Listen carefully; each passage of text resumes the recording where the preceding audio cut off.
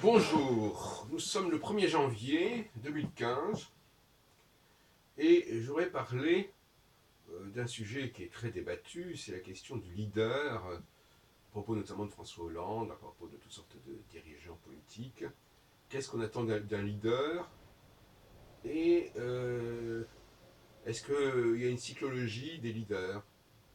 Est-ce qu'il y a des temps où certains leaders sont souhaités et d'autres leaders sont souhaités? Cette question, je vois à quel point, lorsque j'écoute les médias, l'idée d'une cyclologie du leadership n'existe pas dans leur présentation. Je pense que c'est un point qui sera certainement voué à changer dans l'avenir, car précisément, toute la question, c'est précisément le problème des leaders et du moment où on a besoin d'un leader et de quel type de leader on a besoin surtout. Alors, je dirais que idéalement, le leader, c'est celui qui est capable de faire avancer le consensus vers des solutions nouvelles, vers des formules nouvelles. Et ça, c'est un art très complexe. Ça veut dire en réalité qu'il est le grand réparateur, le grand nettoyeur, celui qui peut restructurer le système.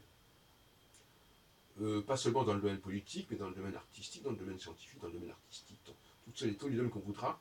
Il est celui qui restructure le système et qui lui donne une nouvelle jeunesse, une nouvelle envergure.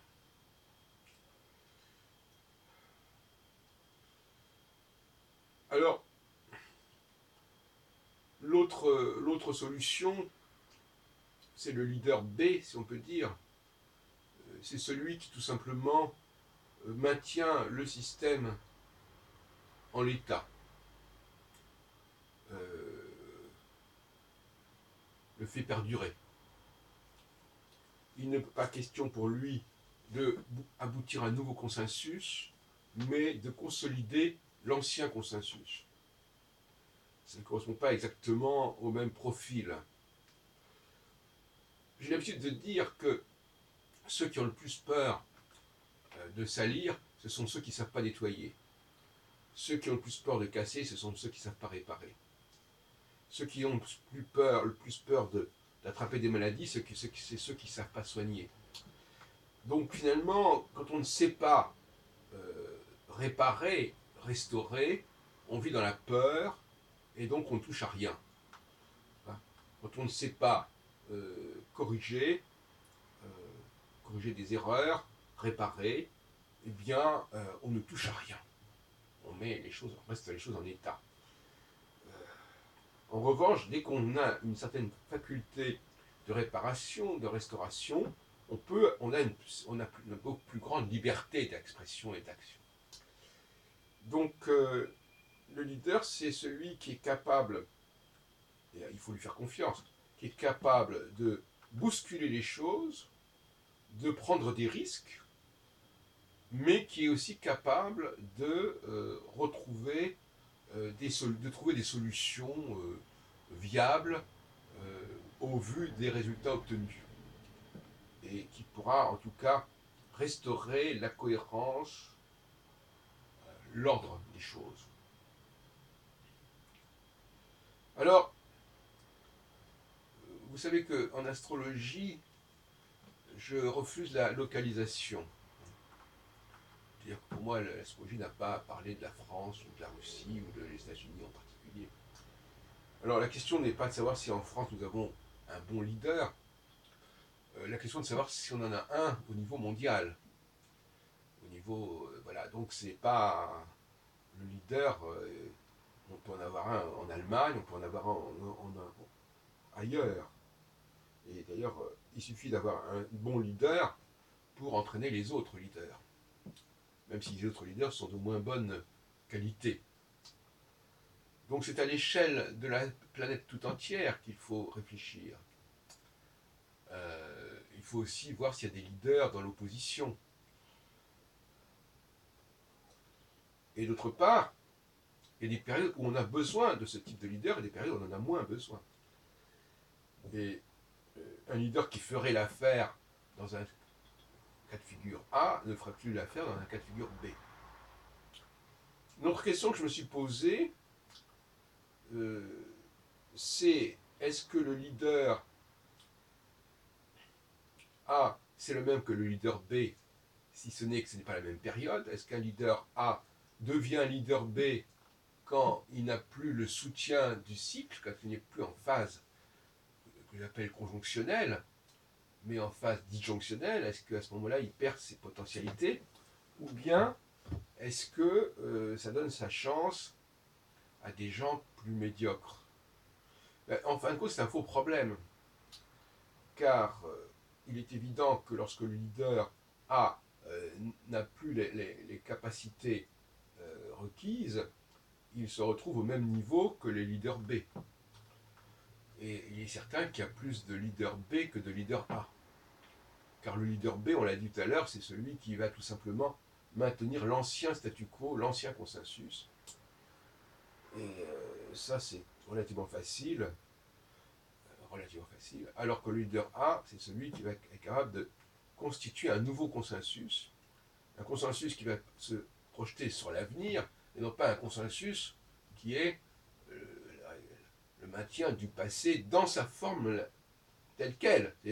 Parce que ce qu'il faut bien comprendre, c'est que le nouveau consensus peut être la restauration d'un consensus très ancien qui a été perdu, qui a été bousculé. Donc, il faut bien comprendre que le débat est plus complexe que cela. La nouveauté, c'est relatif. Mais la nouveauté, c'est de restaurer le bon fonctionnement d'un système. C'est pas simplement de le maintenir dans un état de délabrement. Et c'est pas non plus le fait de partir dans des chimères et dans des utopies qui n'ont jamais existé. Donc nous avons effectivement trois états différents. Le retour aux origines, et il faut savoir y arriver. La construction d'un futur en décalage par rapport au présent, et le maintien d'un consensus ancien qui est celui qui est actuellement en cours.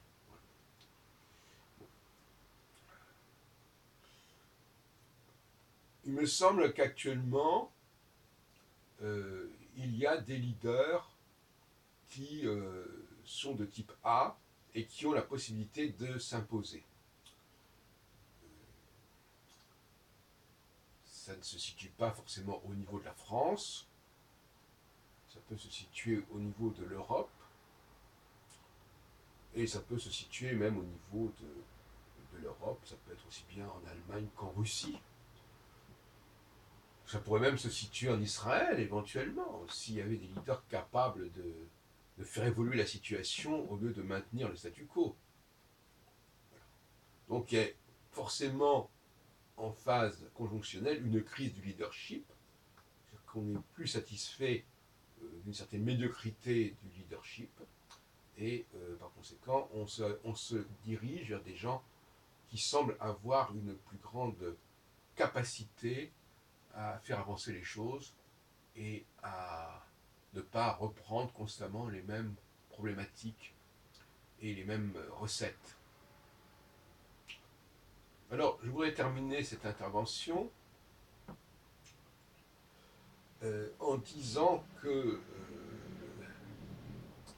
dans l'expression liberté, égalité, fraternité, il y a, et là je jouerai un peu sur les mots si vous voulez, mais le mot fraternité, il faut bien dire les choses comme elles sont, ça renvoie aux frères. Hein, il y a d'autres mots qui... Moi je ne sais pas si j'étais féministe, je n'emploierais pas le mot fraternité. Même si on peut le voir au niveau figuré, n'empêche que la fraternité, c'est une expression qui est d'ailleurs née sous la Révolution française, et on sait que les femmes n'avaient pas beaucoup de place dans les instances d'assemblée. Donc le mot fraternité renvoie à une masculinité, tout comme d'ailleurs le décalogue, les 10 commandements, sont visiblement écrits pour les hommes et pas pour les femmes, puisqu'on parle on dit que tu ne convoiteras pas la femme de ton voisin, de ton prochain. Donc nous avons là toutes sortes de systèmes qui sont l'expression. Alors c'est le fameux problème du nous. Qui est ce nous? On sait qu'on a un vaste débat actuellement avec la déchéance des nationalités, mais qu'est-ce que c'est que ce nous? Alors ce nous, il est plus ou moins vaste, le nous. On peut avoir un nous très global qui englobe la totalité des êtres humains ou même des êtres tout court, et puis on peut avoir un nous beaucoup plus limité. Et le rôle du leader, c'est aussi de préciser les limites des différents nous, des différentes communautés. Et là, effectivement, il y a un acte assez courageux dans cette idée de déchéance de nationalité. Et en même temps, on a besoin d'un modèle qui permette de mieux gérer la situation communautaire en France. Et j'ai proposé une solution à ce sujet, sans rapport avec l'astrologie d'ailleurs, à savoir qu'il y a plusieurs niveaux d'appartenance à la France, et notamment il y a la France et il y a les immigrés qui vont vers la France et qui ont une sorte de religion de la France, tout comme les chrétiens ont une religion du peuple hébreu, de la Bible. Et paradoxalement, ces populations immigrées ont un rapport très particulier avec la France, très affectif par certains côtés, très fantasmatique, qu'il faut respecter. Et tout pays qui est l'objet d'une fascination doit assumer cette fascination. C'est ce que je veux dire. De la même façon que l'Europe est fascinante pour des populations extra-européennes, et c'est à elles de l'assumer. De même que les Juifs doivent assumer la fascination qu'ils exercent sur le monde chrétien, sinon sur le monde musulman. De la même façon que d'ailleurs la Jérusalem exerce une fascination sur les populations non juives, etc., etc. Et ça, c'est une problématique qui me paraît importante et qui doit faire partie des nouveaux modèles dont on devrait se servir au cours des prochaines décennies.